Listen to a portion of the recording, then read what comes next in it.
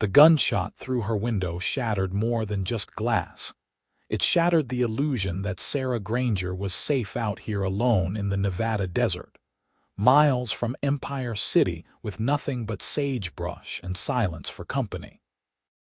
Sarah dropped to the floor of her small cabin, her heart hammering against her ribs as another bullet punched through the wooden door. She crawled toward the rifle propped against the stone fireplace, her calico skirt tangling around her knees. Outside, men's voices rose in drunken laughter, and she counted at least 4 different speakers, maybe more. The smell of whiskey drifted through the broken window along with the October chill of 1882.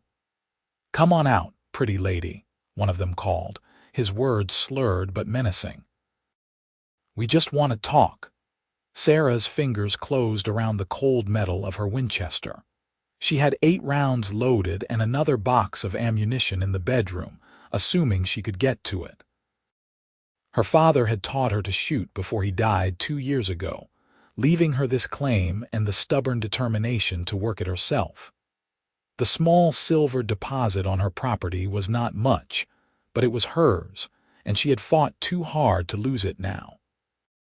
"My husband will be back any minute," she shouted, trying to keep her voice steady.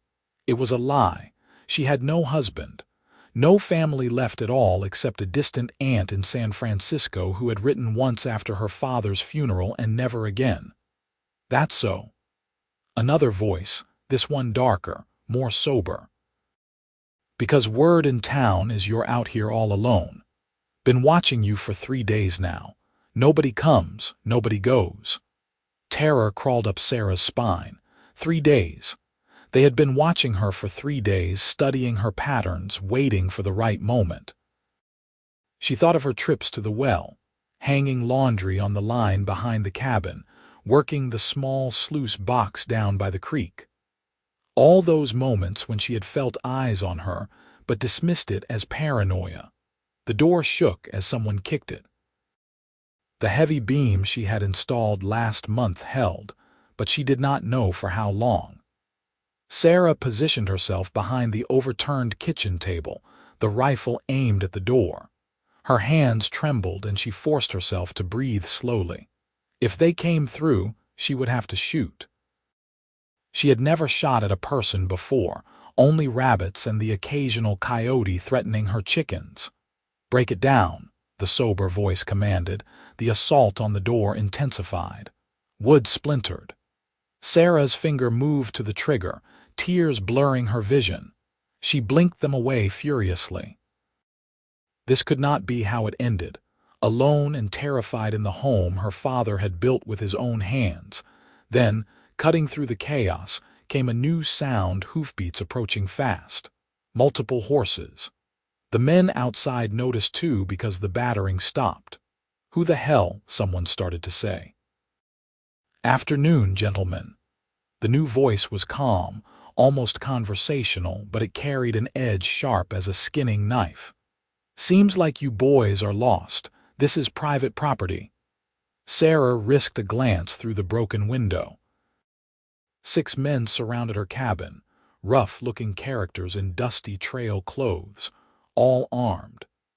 But now a 7th man sat astride a dark bay gelding about 20 yards away. Even from this distance, she could see he sat easy in the saddle, one hand resting on his thigh, the other holding the reins loosely. He wore a black hat pulled low, a worn leather vest over a dark shirt, and 2 revolvers holstered at his hips. "Ain't your concern, friend," said one of the men, a stocky fellow with a red bandana. "Move along." "Afraid I cannot do that." The stranger's voice remained pleasant, almost friendly. "See, Miss Granger here is a friend of mine, and I take it real personal when someone threatens my friends." Sarah's mind raced. She had never seen this man before in her life. "Who was he? You calling us liars?" The sober-voiced leader stepped forward. He was tall and lean, with a scar running down his left cheek. "There's 6 of us and one of you. I like those odds." "Do you?" The stranger tilted his head slightly. "Thing is, before you even clear leather, I will put 2 rounds in you. Your friend with the red bandana will be next. I am fast, and I do not miss. The question you need to ask yourself is whether whatever you are planning here is worth dying for. The casual certainty in his tone sent chills through Sarah, but not the same kind of fear the other men had inspired. This was something else entirely. You are bluffing, Scarface said, but his hand hovered uncertainly near his gun. Only one way to find out. The stranger's posture had not changed, but suddenly the air felt electric, charged with imminent violence. But I will tell you this, I rode all the way out from Empire City specifically because I heard some drifters were causing trouble. Sheriff Thompson sends his regards. Said if I happened to find you boys, I should encourage you to keep riding, preferably into the next territory. Several of the men exchanged glances. The mention of the sheriff, even from a stranger, seemed to carry weight. We were just having some fun, Red Bandana muttered. Fun's over. The stranger's hand moved to rest on the grip of his right revolver. It was not quite a draw, but the threat was unmistakable. Mount up and ride out. Do it now and we will forget this ever happened. Make me ask twice and things get unpleasant. For a long moment nobody moved. Sarah held her breath, the rifle stock pressed against her shoulder. Then Scarface spat in the dust and turned toward his horse. This is not over, he said. Yes, it is. The stranger's voice went flat and hard. You come back here, you even think about coming back here, and I will hunt you down myself. That is not a threat, friend. That is a promise. The 6 men mounted their horses with varying degrees of reluctance and muttered curses. Sarah watched through the window as they rode off toward the east, their silhouettes gradually disappearing into the desert landscape, dotted with Joshua trees and scrub brush. The stranger remained motionless on his horse until the last of them vanished from sight. Then he dismounted with fluid grace and walked toward the cabin, leading his bay by the reins. Miss Granger, he called out, they are gone. You can come out. Sarah slowly stood, her legs shaking. She kept the rifle in her hands as she moved to the door, lifting the beam that barred it. When she pulled it open, she got her first clear look at her rescuer. He was tall, with broad shoulders and a lean build that spoke of hard living. As he removed his hat, she saw dark hair that needed cutting and a face that was all sharp angles and weathered tan. His eyes were the color of whiskey held up to lamplight, amber and gold and brown all mixed together. He appeared to be in his late 20s, maybe 30 at most. A rough stubble shadowed his jaw, and when he looked at her, something in those eyes made her breath catch. Are you hurt? He asked, his gaze moving over her quickly, professionally checking for injuries. No, who are you? Sarah's voice came out shakier than she wanted. Name is Samuel Yates. Most folks call me Sam. He glanced at the broken window, the splintered door, then back to her. Mind if I see to my horse? Then maybe I could help fix some of this damage before nightfall. I do not understand. Why did you help me? Sam's expression softened slightly. Because you needed help, and I was in a position to give it. Does not seem that complicated to me. You said the sheriff sent you. That was mostly a bluff, he admitted. I was passing through Empire City yesterday, heard some talk in the saloon about drifters heading this direction. Man at the general store mentioned you were out here alone. Seemed like maybe someone should check on you. You rode all the way out here for a stranger, he shrugged. I've done stranger things. Sarah studied him, trying to understand what kind of man did something like this. In her experience, people did not help without wanting something in return.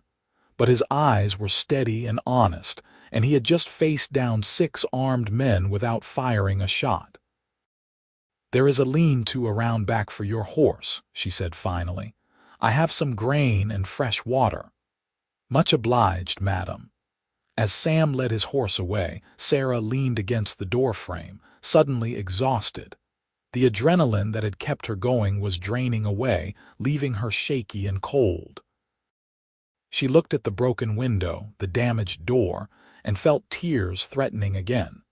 She had been so close to disaster. By the time Sam returned with a bag of tools from his saddlebags, she had composed herself. She watched as he examined the door, running his hands over the splintered wood. "I can patch this well enough to get you through the night," he said, "but you will need a new door soon. The frame is cracked." "I will make do, I always do." He glanced at her, and something in his expression suggested he understood more than she had said. "Let me get started then." While Sam worked on the door, Sarah swept up the broken glass from the window. She found some oilcloth in her supply chest and began tacking it over the opening to keep the cold out. They worked in silence, but it was not uncomfortable. Every so often she would look over at him, watching the efficient way he moved, the competence in his hands. "How did you know," she asked finally, "that you could make them leave without shooting?" Sam paused in his hammering. "Did not know for certain, but most men like that are cowards at heart. They look for easy targets, people who cannot fight back. Soon as they realize something might cost them, they lose interest. And if they had not, lost interest, I mean, then I would have done what needed doing." His tone was matter of fact, neither boastful nor apologetic. "But I am glad it did not come to that." Sarah pulled the last tack into place and stepped back to examine her work. The oilcloth was not pretty, but it would hold. "I need to thank you properly. I have stew from last night, and I could make some cornbread." "It is not much, but that sounds real fine, Miss Granger, Sarah. Please, just Sarah." "Then you should call me Sam." She nodded and moved to the fireplace to stoke the coals. As she worked, she was acutely aware of Sam's presence, the sound of him working on her door. It had been so long since another person had been in this cabin. Sometimes she went weeks without seeing anyone except when she made her monthly trip into Empire City for supplies. The loneliness had become a constant companion, something she barely noticed anymore until suddenly it was gone, replaced by this stranger's quiet presence. By the time the stew was warming and cornbread baking in her Dutch oven, Sam had finished with the door. It would not win any prizes, but it was solid and secure. He had even managed to repair the beam so it would hold properly again. "You are handy with tools," Sarah observed, ladling stew into 2 tin bowls. "My father was a carpenter back in Missouri. I picked up some things before I headed west." Sam washed his hands in the basin by the door and accepted the bowl she offered. "This smells delicious." They sat at the small table, and Sarah realized it was the first meal she had shared with anyone since her father died. The thought brought an unexpected lump to her throat. "You are out here all alone?" Sam asked, as if reading her thoughts. "My father and I worked this claim together. He passed 2 years ago. Heart gave out." She stirred her stew, not quite meeting his eyes. "People in town said I should sell, move somewhere safer, but this is my home. These are my memories of him." "I understand that." Something in his voice made her look up. "You have lost people too." It was not a question, but he nodded anyway. "My whole family. Cholera back in '58. I was 16. Been on my own since then." "I am sorry. Long time ago now." But the shadows in his eyes suggested it still hurt. "Point is, I know what it is like to have something that matters, something you are not willing to give up just because other people think you should." Sarah felt something shift inside her chest, a recognition of a kindred spirit. "Where are you headed? You said you were just passing through." "No particular destination. I have been drifting mostly. Pick up work where I can ranch hand guard duty, whatever needs doing. Save up some money, move on when the restlessness hits." "That sounds lonely." "Sometimes," he admitted. "But freedom has its compensations." They ate in companionable silence for a while. Sarah found herself stealing glances at him. noting the laugh lines around his eyes, the scar on the back of his right hand, the way he ate with precise, economical movements like someone who had known real hunger. "Those men," she said eventually. "Do you think they will come back?" Sam considered the question seriously. Not likely. They were drifters, opportunistic. Now that they know someone is watching out for you, they will move on to easier pickings. But not certain. Nothing in this life is certain, Sarah. She appreciated that he did not try to coddle her with false promises. "Then I will stay vigilant. Might not hurt to have someone check on you regular like. Is there anyone in town who could ride out once a week or so?" Sarah shook her head. "People are kind enough when I am in Empire City, but nobody wants to make a special trip. It is a hard few hours ride." "Then I will do it." She blinked in surprise. "What?" "I will stick around the area, check on you weekly, make sure you are all right." Sam met her gaze steadily. "Unless you would rather I did not." Why would you do that?" "Because it is the right thing to do, and because—" He paused, seeming to choose his words carefully. "Because I have been drifting a long time, and maybe it is time I found a reason to stay somewhere for a while." Sarah's heart beat faster. "You would do that for someone you just met." "I would do it for you," he said simply. The words hung in the air between them, weighted with meaning neither of them was quite ready to examine. Sarah looked down at her bowl, feeling heat rise in her cheeks. "I could use the help," she admitted quietly. "There are things around here I cannot manage alone. I could pay you not much, but the claim brings in enough for basics. We can work something out." Sam's tone was gentle. "But right now, the important thing is making sure you are safe." After dinner, Sam insisted on checking the perimeter of the property before full dark. Sarah watched from the doorway as he circled the cabin, examining the ground for tracks, checking the small barn where she kept her mule and chickens. When he returned, his expression was thoughtful. "They were watching from that rise to the north," he said, pointing.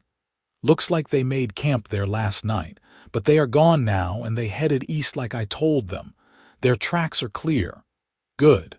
Sarah wrapped her arms around herself against the evening chill. "Sam, I do not know how to thank you. If you had not come, but I did come. That is what matters. Will you stay tonight? In the barn, I mean. I have blankets and it is not too cold yet. I would feel safer knowing you were here." Something flickered in his eyes, relief maybe, or pleasure. "I would be glad to." She brought him blankets and a pillow, watched as he made a comfortable-looking bedroll in the hay. His horse, which he had introduced as Dusty, munched contentedly on the grain she had provided. "Sunrise comes early for me," Sarah said, lingering at the barn door. "I will make breakfast before I head down to work the sluice box. I will help you with that tomorrow if you want." "You do not have to." "I know I do not have to. I want to." Those words again, simple and direct, cutting through all her defenses.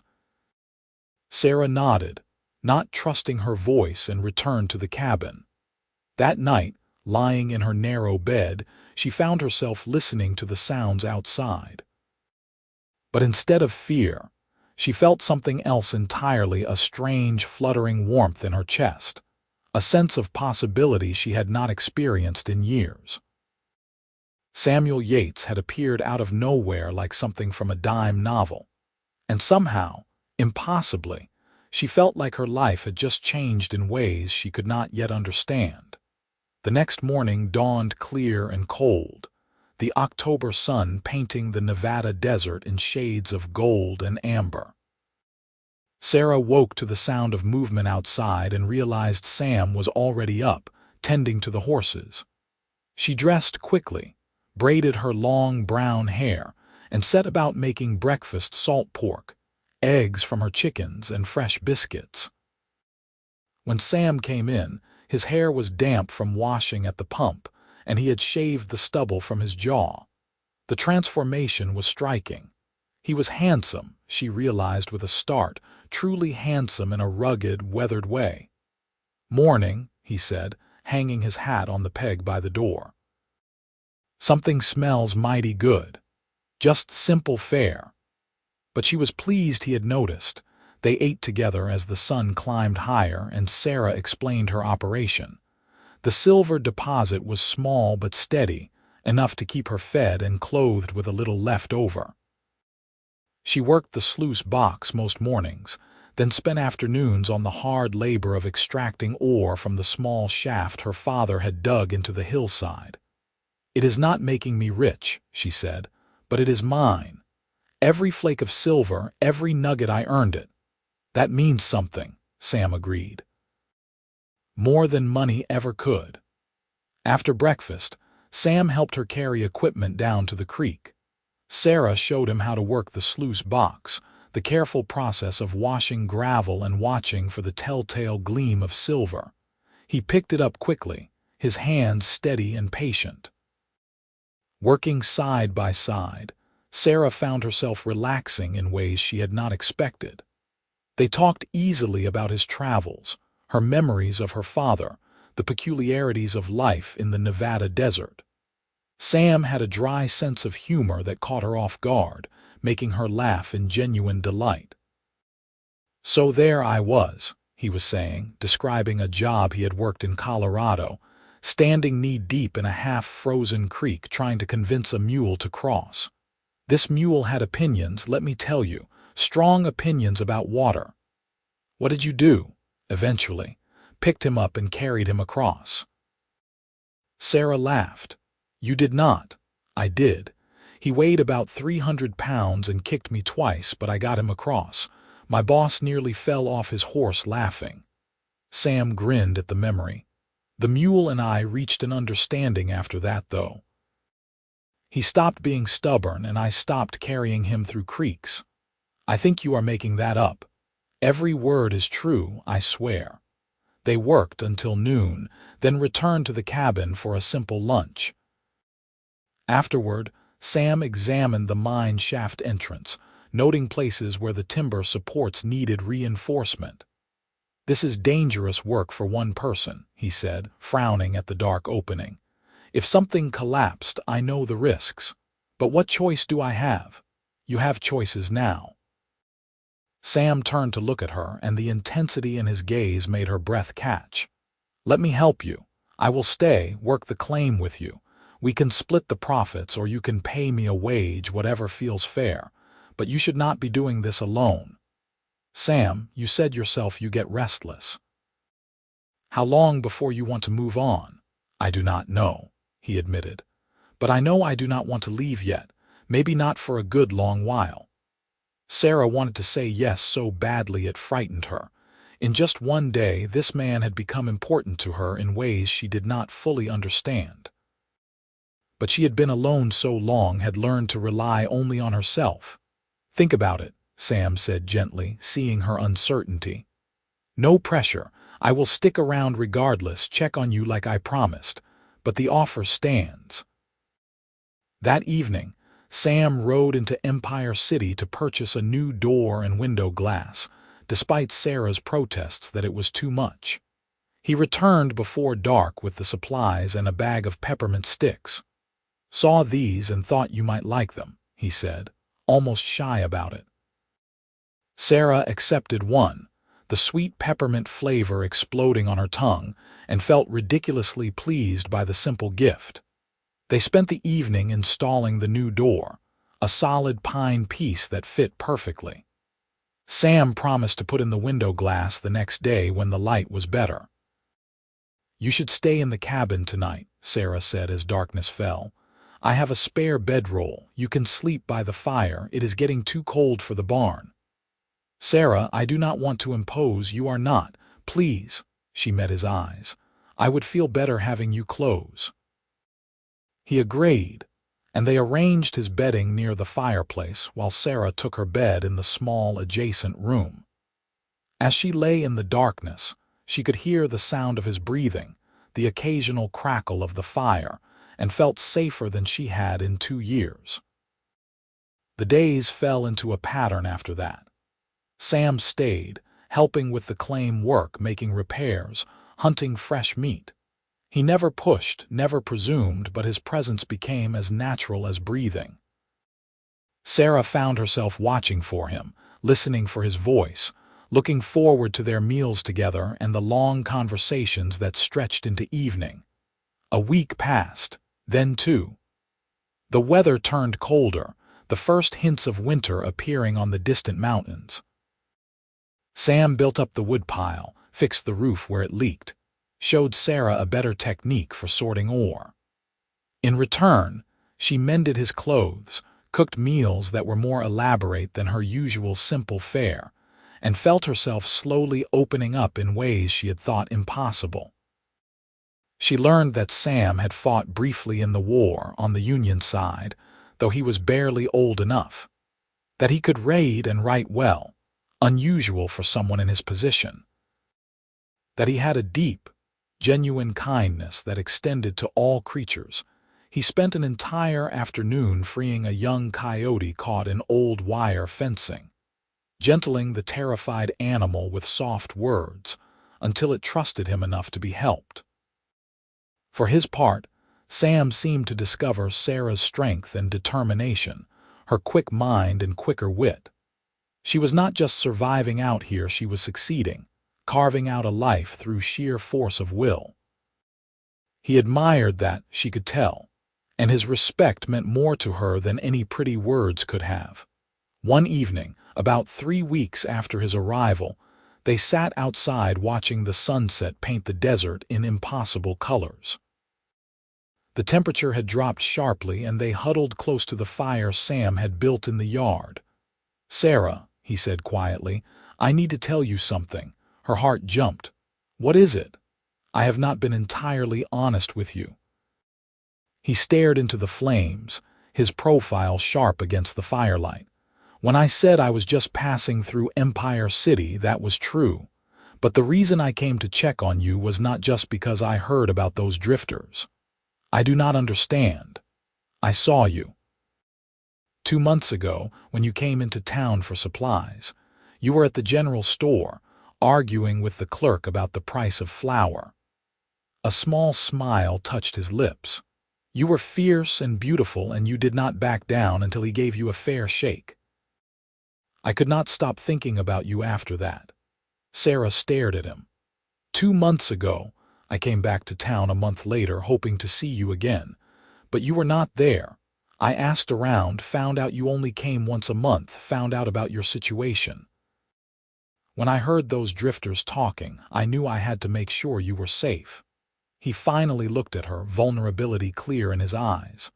"I should have told you sooner, but I did not want you to think I had ulterior motives." "Do you have ulterior motives?" "Yes," he said honestly. "I want to stay here with you, Sarah. Not just to help with the claim, but because I cannot imagine being anywhere else. You are the reason I finally stopped drifting. You are the reason I want to put down roots." He took a breath. "But if you do not feel the same way, I will respect that. I will still help you, still make sure you are safe, but I will keep my distance." Sarah's mind whirled. All those weeks of growing feelings, of trying to convince herself it was just gratitude, just companionship, suddenly it all made sense. She was not alone in this. Whatever was building between them, he felt it too. "I do feel the same way," she whispered. "I have been trying not to, trying to protect myself, but Sam, I cannot imagine you leaving now." The thought of it, her voice caught. He reached out slowly, giving her time to pull away, and took her hand. His palm was warm and calloused, his grip gentle but firm. "Then I am not going anywhere," he said. "Not unless you want me to. I do not want you to, I want—" She gathered her courage. "I want you to stay. I want us to work this claim together. I want to see where this goes." The smile that spread across Sam's face was like sunrise, bright and full of promise. He raised her hand to his lips and kissed her knuckles, and the gesture was so tender that tears sprang to Sarah's eyes. "I will do right by you," he said. "I promise you that." They sat together as the stars emerged, hands clasped, both feeling like they had finally found something they had been searching for without even knowing it. The weeks that followed were the happiest of Sarah's life. She and Sam fell into a rhythm that felt ordained, like they had been working together for years instead of months.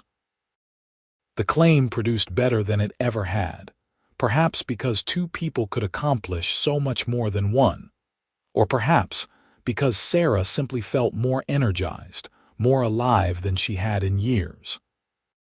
Sam was unfailingly respectful, sleeping by the fire each night, never pushing for more than she was ready to give. But the touches became more frequent, his hand on her back as he helped her down from the wagon, her fingers brushing his as they passed tools, stolen glances that lasted just a moment too long. In early November, the first real cold snap hit. Sarah woke one morning to find frost coating the ground and Sam already up, breaking ice on the water barrel. "Winter is coming hard," he observed. "We should make a trip to Empire City, stock up on supplies while the roads are still clear." They made the journey together, Sarah riding her mule while Sam sat easy on Dusty. The trip took 3 hours, following the rough trail through increasingly barren landscape. Empire City appeared like a mirage, its collection of false-fronted buildings huddled together against the desert vastness. The town had grown since Nevada achieved statehood in 1864, but it was still small, a main street with a general store, saloon, small hotel, blacksmith, and assorted other businesses. The silver mines nearby kept it alive, though boom and bust cycles meant the population fluctuated wildly. Sarah noticed the looks they got as they rode in together, the speculation in people's eyes. Mrs. Chen at the boarding house waved from her porch. Tom Bridger, who ran the livery stable, called out a greeting. At the general store, old Mr. Peterson's eyebrows rose. "Well now, Miss Sarah, I see you brought a friend." "This is Samuel Yates," Sarah said. "He has been helping me with the claim." "That's so," Peterson's eyes twinkled. "Heard tell someone ran off those drifters who were causing trouble. That you, young man?" "Yes, sir," Sam replied politely. "Good. About time someone looked after Miss Sarah properly. Her father was a friend of mine, God rest him, worried about her out there alone." He began pulling items from Sarah's list. "You folks laying in for winter?" "Yes, sir. Flour, beans, salt pork, coffee, and some sugar," Sam interjected. "And dried fruit if you have it. Maybe some of those preserves Mrs. Peterson makes." Sarah shot him a surprised look. Those were luxuries, not necessities. But Sam just smiled. "A person cannot live on salt pork alone," he said. "Winter is long, might as well have some comforts." As they loaded supplies onto the mule and Dusty, Sheriff Thompson approached. He was a weathered man in his 50s with sharp eyes and a no-nonsense demeanor. "Yates," he said with a nod. "Heard you handled that situation at the Granger claim. Appreciated. Just being neighborly, Sheriff." "Neighborly?" Thompson's lips quirked. "That what we are calling it? Well, if you are planning on staying in these parts, you should know we sometimes need deputies. Pays $20 a month plus found. Think about it." After the sheriff moved on, Sarah turned to Sam. "Would you want that?" "Being a deputy, maybe. Honest work, steady pay would help with expenses." He studied her face. "But only if you are comfortable with it. I know the danger, Sam. I grew up in the mining camps. I know danger. If you want the job, you should take it." They had lunch at the small restaurant attached to the hotel, a rare treat. Over roasted chicken and potatoes, they ran into several people Sarah knew from her monthly visits. Everyone was curious about Sam, polite but probing. Sarah realized with a start that people assumed they were courting, maybe even more. The thought should have embarrassed her, but instead she felt a warm glow of something like pride. On the ride back, loaded with supplies, Sarah found herself thinking about the future in ways she had not allowed herself to before. What would people say when Sam moved from sleeping by the fire to sharing her bed? Would they judge her? More importantly, did she care? "You are quiet," Sam observed. "Something wrong just thinking about what people in town must assume about us." "Does that bother you?" "It should. Unmarried man and woman living together, people talk." "They do," Sam agreed. "But Sarah, if you are worried about your reputation, I have a solution." Her heart jumped. "What kind of solution?" "Marry me." She nearly fell off her mule. "What?" Sam pulled Dusty to a stop and turned in his saddle to face her fully. "I know it is fast. I know we have only known each other a few months. But Sarah, I love you. I think I started loving you that first day, watching you face down those men with nothing but a rifle and pure courage. Every day since has just made me more certain. I want to spend my life with you. I want to work that claim together, build something real, raise a family if we are blessed. I know I do not have much to offer." "Stop." Sarah's voice shook. "Sam, you are offering me everything. You are offering me a partnership, a future, a life that is not about just surviving but actually living. Do you really think I care that you are not rich? Then is that a yes?" "Yes. Yes, it is a yes." Tears streamed down her cheeks. "I love you too. I did not want to, I tried not to, but I do. I love you so much it terrifies me." Sam dismounted in one fluid motion and reached up to help her down from the mule. The moment her feet touched ground, he pulled her into his arms and kissed her. It was their first kiss, and it was everything desperate and sweet and full of promise. Sarah melted into him, her hands fisting in his shirt, kissing him back with all the pent-up longing of the past months. When they finally broke apart, both breathing hard, Sam rested his forehead against hers. "We will do this right," he said. "We will go back to town next week, talk to the preacher, have a proper wedding. Small, just us and whoever wants to come, but proper." "I do not need proper, I just need you. You deserve proper. You deserve everything, Sarah." They stood there in the middle of the desert trail, holding each other as the sun began its descent toward the horizon. Sarah had never felt so completely, utterly happy. The wedding took place on a crisp morning in late November. They returned to Empire City midweek, and Reverend Walsh agreed to perform the ceremony at the small church on the edge of town. Word spread quickly, and to Sarah's surprise, a dozen townspeople showed up. Mr. and Mrs. Peterson from the general store, Sheriff Thompson, Mrs. Chen and several of her boarders, Tom Bridger from the livery, and a handful of others who had known her father. Sarah wore the one nice dress she owned, a deep blue calico that brought out her eyes. Sam had gotten a haircut and wore a new shirt, dark gray that emphasized his broad shoulders. When he saw her walking toward him down the short aisle, the look on his face made her feel like the most beautiful woman in the world. The ceremony was simple but heartfelt. Reverend Walsh spoke about partnership and faith, about building a life together in the harsh but beautiful wilderness.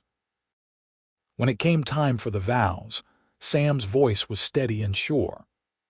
"I, Samuel Yates, take you, Sarah Granger, to be my wife. I promise to love you, protect you, stand beside you through whatever comes. You have my loyalty, my heart, my life, from this day until my last." Sarah's voice shook with emotion as she repeated similar words, adding her own promise. "I will build this life with you, Sam. Whatever we face together." When the Reverend pronounced them husband and wife and Sam kissed her, cheers erupted from their small audience. Mrs. Peterson had tears streaming down her weathered cheeks. Sheriff Thompson clapped Sam on the back hard enough to make him stagger. "You treat her right, son," the sheriff said gruffly, "or you answer to me." "Yes, sir, I intend to." Mrs. Chen had organized a small reception at her boarding house, with cake and coffee and well wishes. People pressed small gifts into their hands: a set of dish towels from Mrs. Peterson, a bottle of whiskey from the saloon owner, a hand-carved wooden box from Tom Bridger. "For keeping your treasures," Tom said with a wink. As the sun set and they prepared to ride back to the cabin, Mr. Peterson pulled Sarah aside. "Your father would have been proud," he said quietly. "You found yourself a good man. More than that, you found yourself a partner. That is rare in this world." Sarah hugged him impulsively, this old man who had been kind to her when others had dismissed her as a foolish girl. "Thank you for everything." The ride back was slower than usual, both of them tired but content. When they arrived at the cabin, now truly their home, Sam insisted on carrying Sarah over the threshold despite her laughing protests. "Tradition," he said firmly, setting her down gently once they were inside. That night, they consummated their marriage with a tenderness and passion that left Sarah breathless. Sam was patient and considerate, making sure her pleasure matched his own. Afterward, lying tangled together in the narrow bed that suddenly felt just right, Sarah traced the scars on his chest, reminders of a hard life lived before they found each other. "What are you thinking?" Sam murmured, his fingers running through her unbound hair. "That I am happy. Truly, completely happy. I did not think I would ever feel this way again after my father died.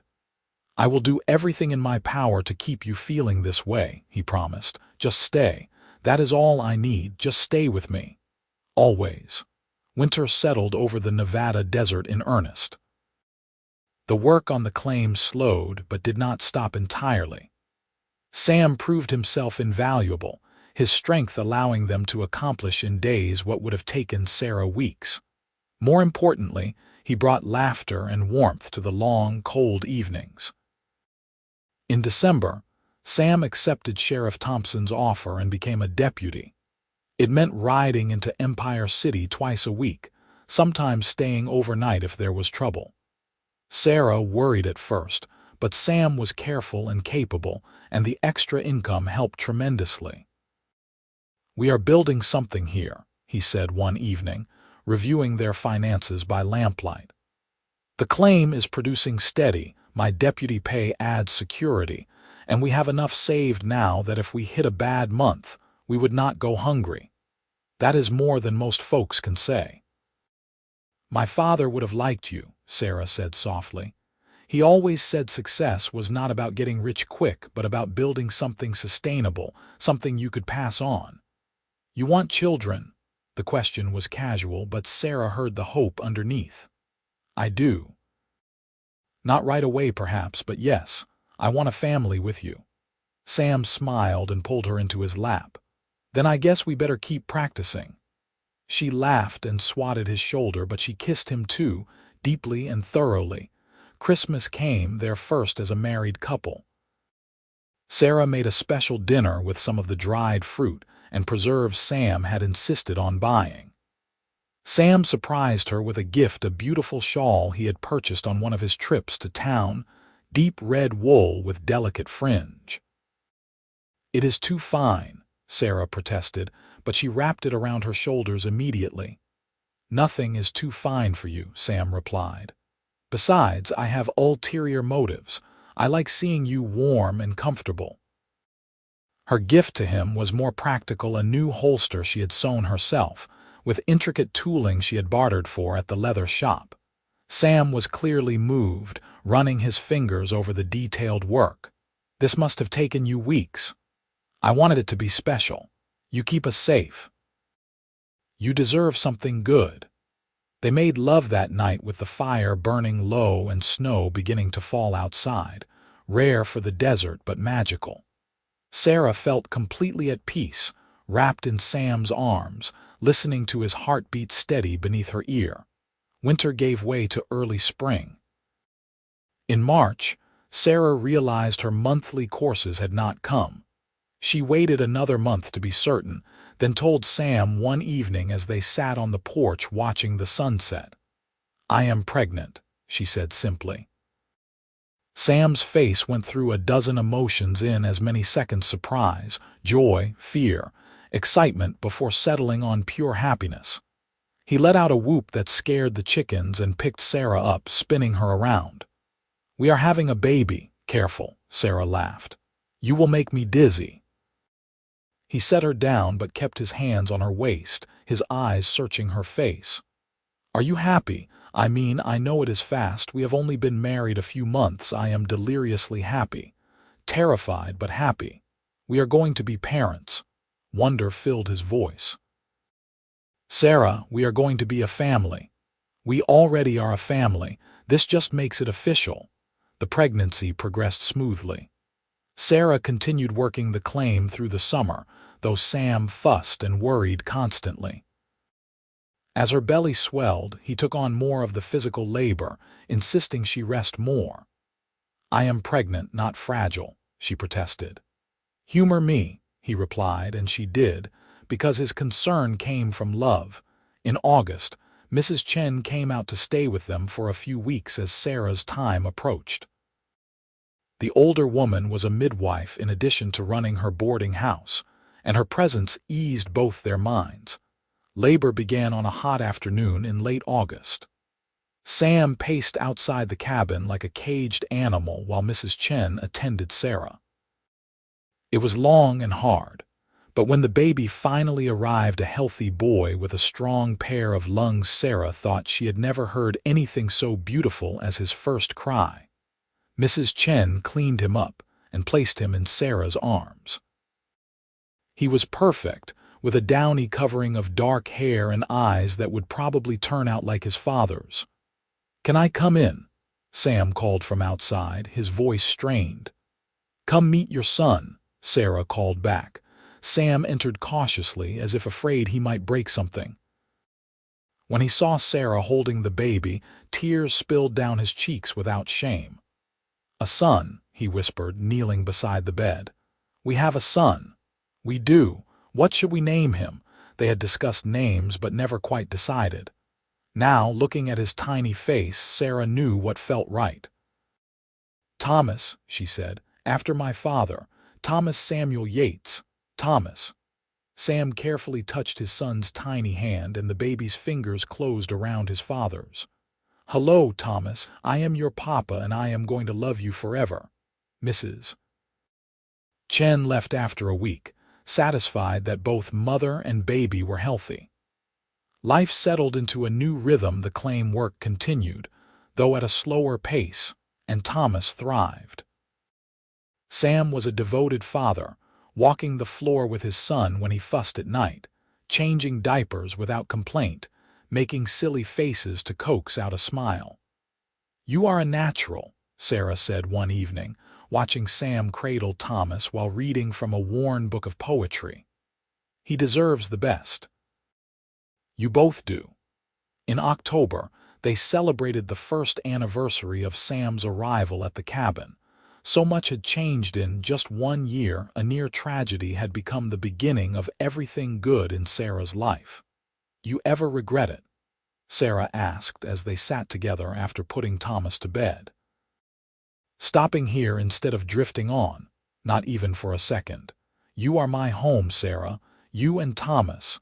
I would not trade this life for anything. Not even a big strike.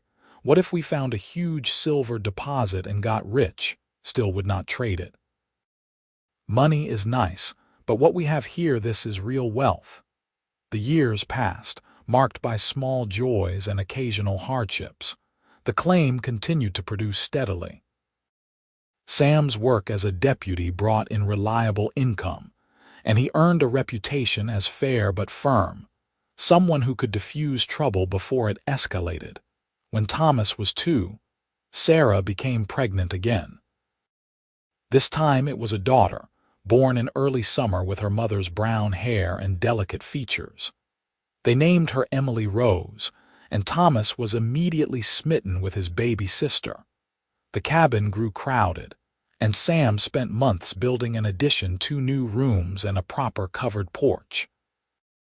Tom Bridger came out to help, along with several other men from town who had become friends over the years.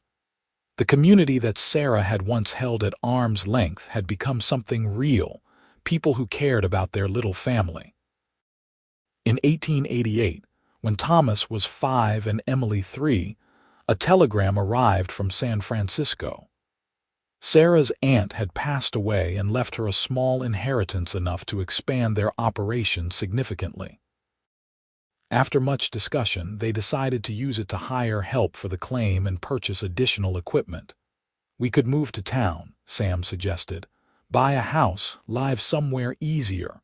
But Sarah shook her head. "This is our home, where we built our life together. I do not want to leave it." "Then we stay." They hired a young man named Jack Morrison to help with the mining work. He was 18, fresh from Pennsylvania, eager to learn. He built himself a small cabin 100 yards from theirs and proved to be a tireless worker.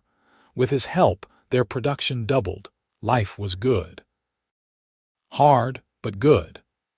Sarah looked around at what they had built: the expanded cabin, the successful claim, their 2 healthy children, the network of friends and community, and felt overwhelming gratitude.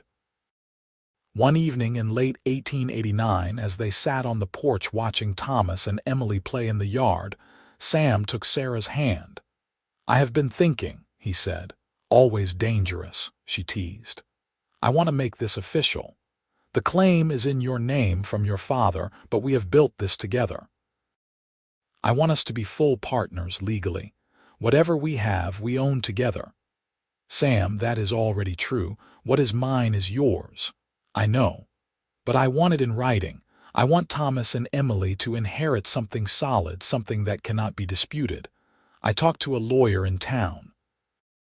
We can draw up papers, make everything equal between us."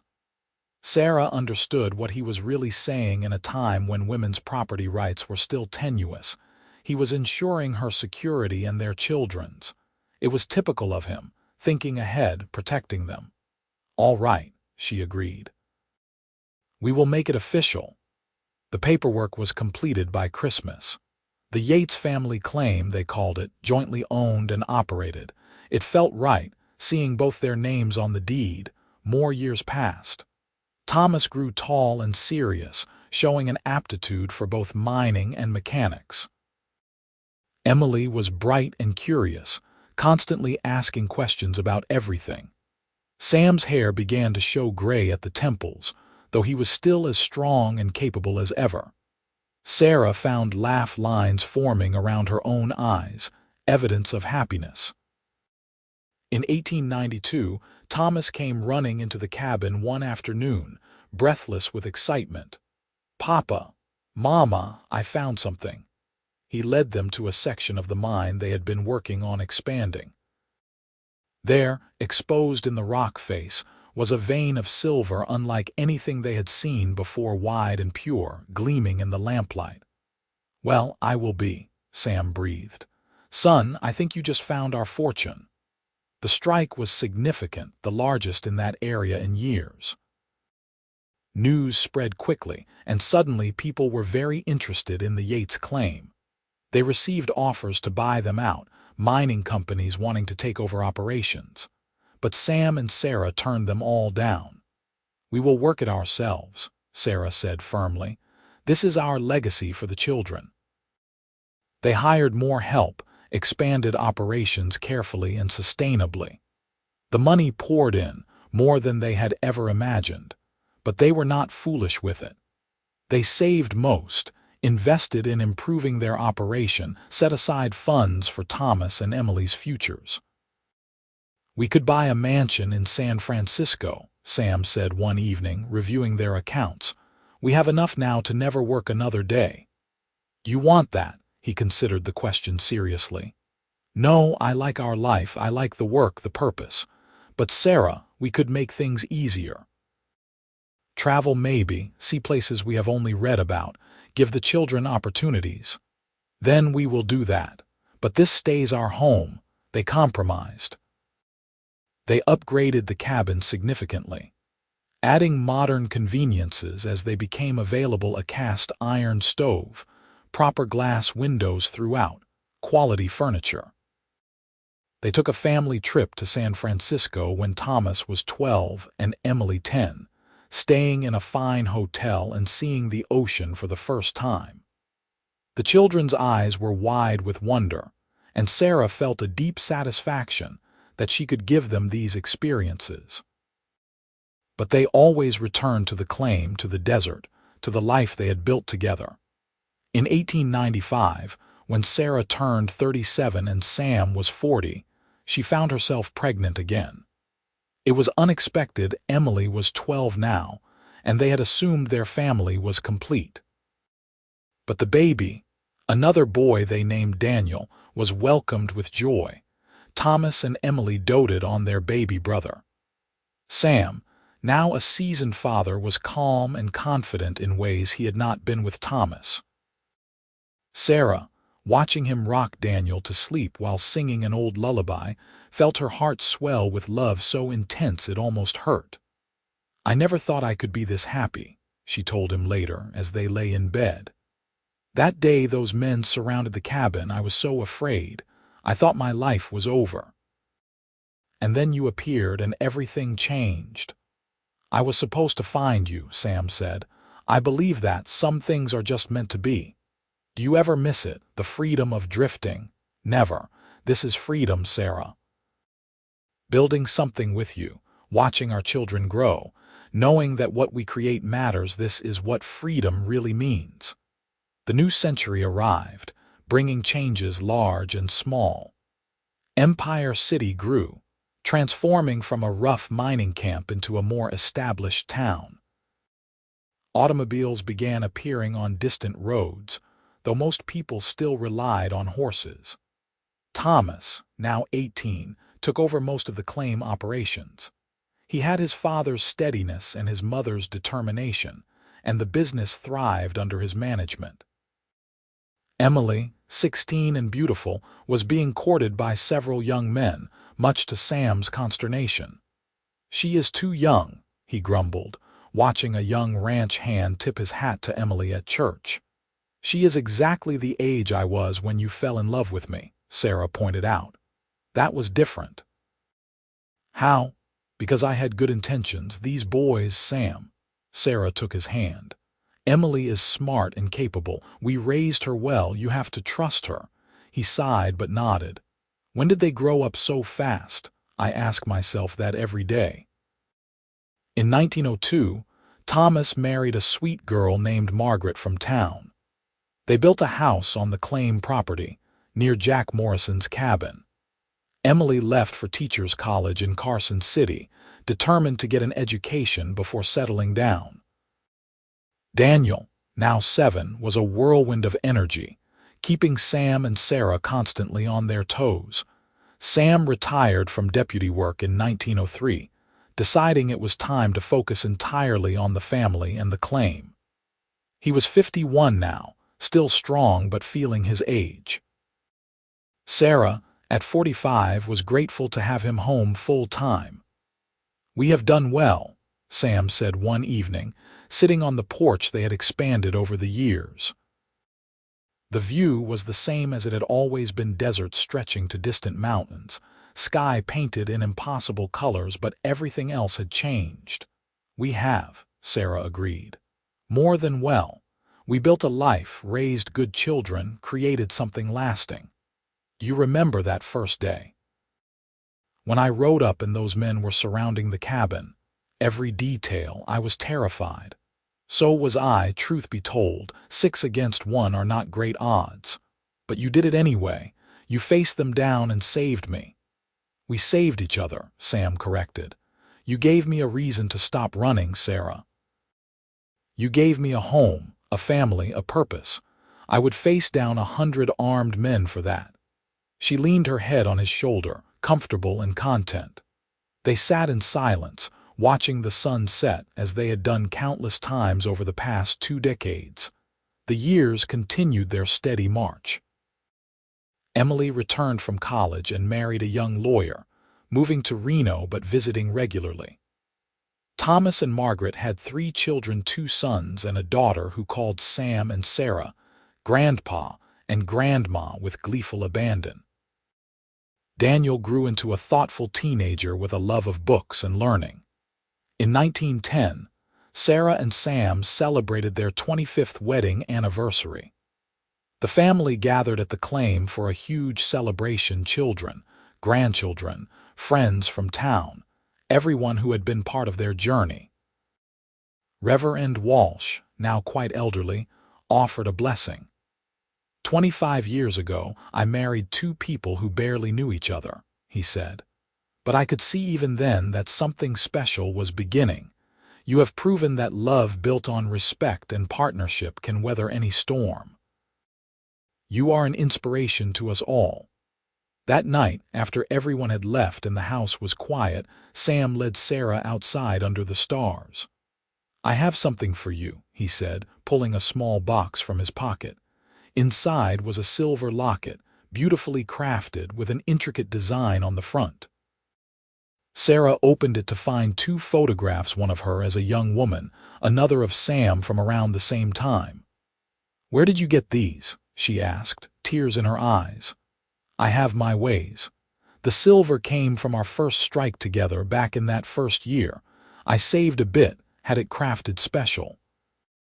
Inside is where we started, young and uncertain but willing to try. It is beautiful, Sam, perfect. He fastened it around her neck. Not as beautiful as you. 25 years and you still take my breath away. They danced then, in the moonlight, with no music except the wind and the sound of their own hearts beating in time. The war in Europe seemed distant, though it concerned them when it began in 1914. They prayed for peace and were grateful their family was safe and together. Daniel, now 19, wanted to attend university and they encouraged him, proud of his academic achievements. In 1917, when Daniel was called up for the war effort, Sam and Sarah's world tilted. He was 22 now, a grown man, but still their baby. They saw him off at the train station with Thomas and Emily and all the grandchildren, trying to be brave. I will come back, Daniel promised, hugging them both tight. I am a Yates. We are survivors. The months of his absence were agonizing. They worked to keep busy, threw themselves into the claim operations and caring for the grandchildren. Letters arrived sporadically, carefully cheerful, giving few details of the horrors Daniel must be witnessing. When the telegram arrived in November 1918, Sarah's heart stopped. But the message was joyous. Daniel was safe, the war was over, he was coming home. He returned in early 1919. Thinner and quieter, with shadows in his eyes that had not been there before. But slowly, surrounded by family and love, he began to heal. He took a position teaching at the school in Empire City, which had grown into a proper small city now. Sam was 67 in 1919, Sarah 61. Their hair was mostly gray now, faces lined with the passage of time, but their love remained as strong as ever. Sam's hands sometimes ached with arthritis from years of hard labor, and Sarah's eyes were not what they once were. But they still worked side by side, still ended each day sitting together on the porch, still shared the same bed they had shared for over 30 years. No regrets, Sam would say sometimes, and Sarah would always agree. Not a single one.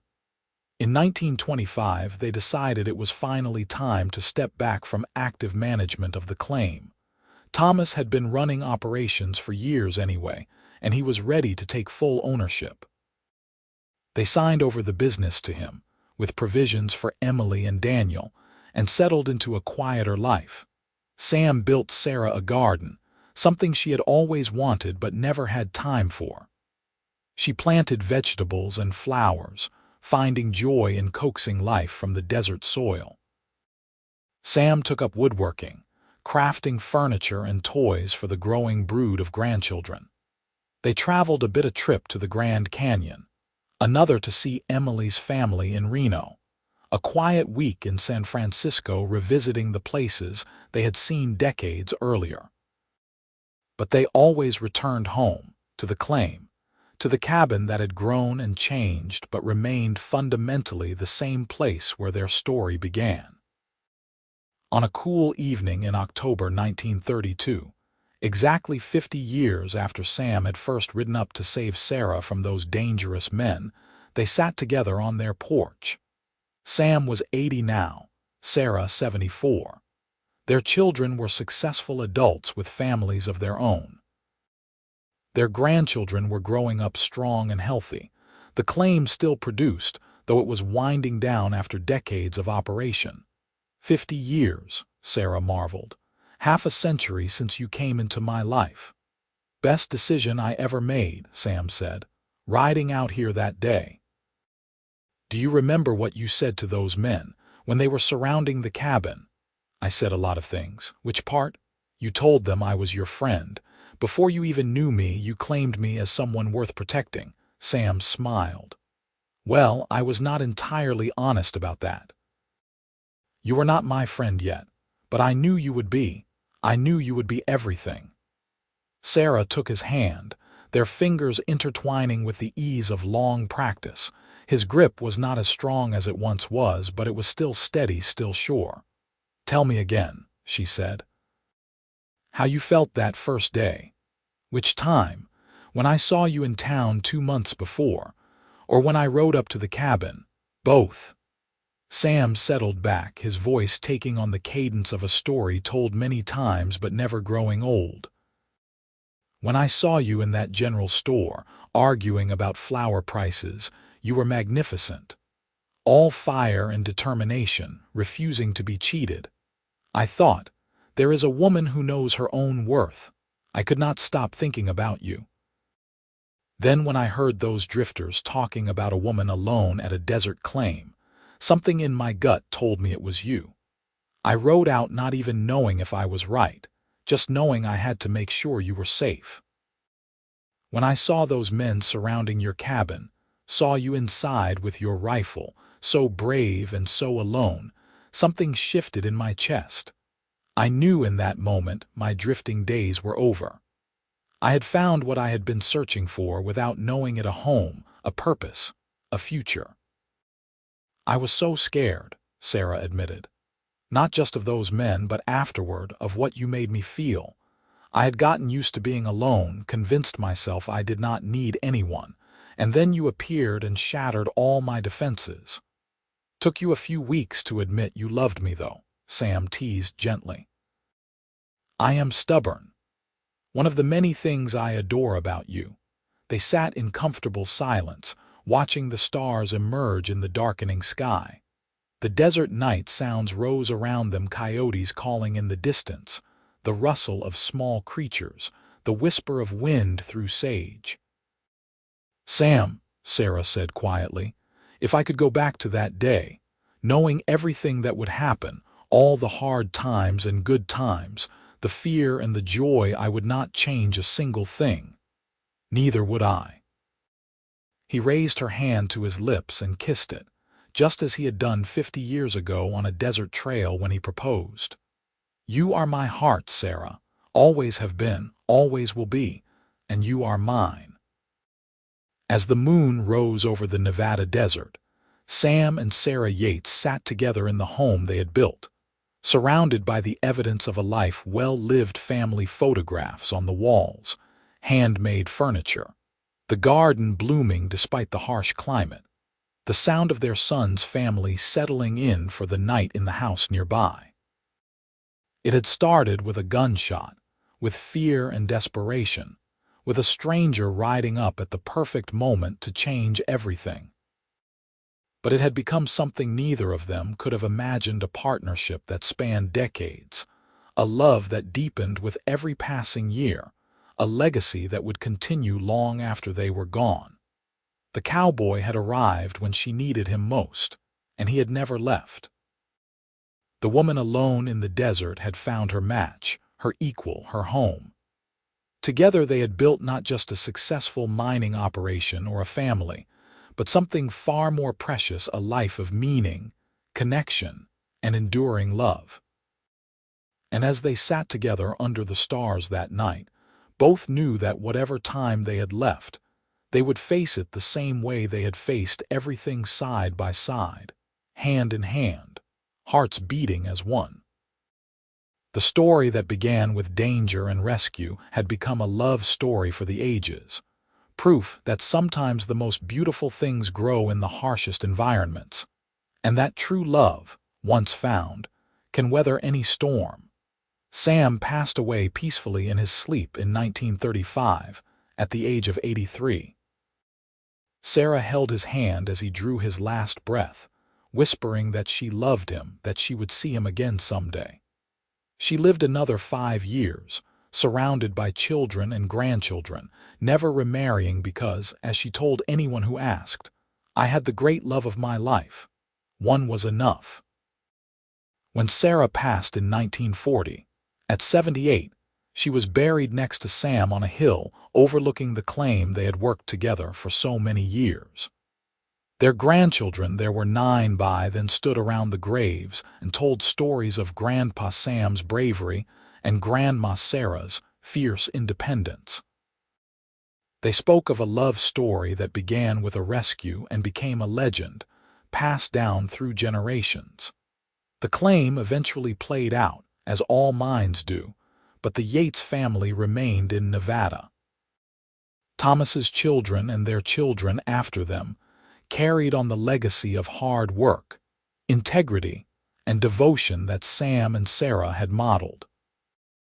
The original cabin, expanded and modified over the years, stood for decades as a testament to what two people could build when they chose love over fear, partnership over solitude. And sometimes, on quiet desert evenings, people claimed they could see 2 figures sitting on a porch that no longer existed, holding hands and watching the sunset, their love echoing through the years like a song that never truly ends. It was a story that deserved to be told of the woman alone in the desert, the cowboy who arrived at exactly the right moment, and the extraordinary life they built together in the wild, beautiful, unforgiving American West. A story of courage and rescue that became something far greater, a testament to the transformative power of love, the strength of true partnership, and the beauty of 2 souls finding exactly what they needed in each other. Their love had conquered everything: danger, hardship, time itself. And in the end, that was the only thing that truly mattered.